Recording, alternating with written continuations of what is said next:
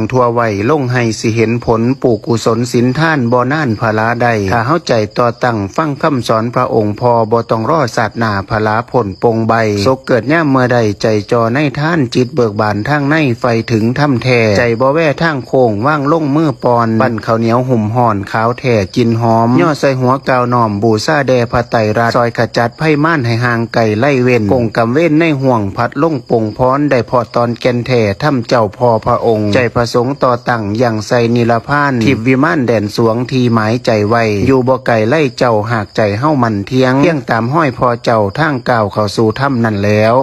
คนโบราณเป็นจังว่าใจให้ใสคือน้ำอโนมาวังไงแพ่งเอ้ยมันสิมีบ่ให้หลายห่วยหอมโฮมหมายความว่าเมื่อใดจิตใจเราไม่ขุ่นมัวมันแจ่มใสเหมือนน้ำความดีความงามอื่นเหมือนห้วยเล็กห้วยน้อยจะไหลลงมารวม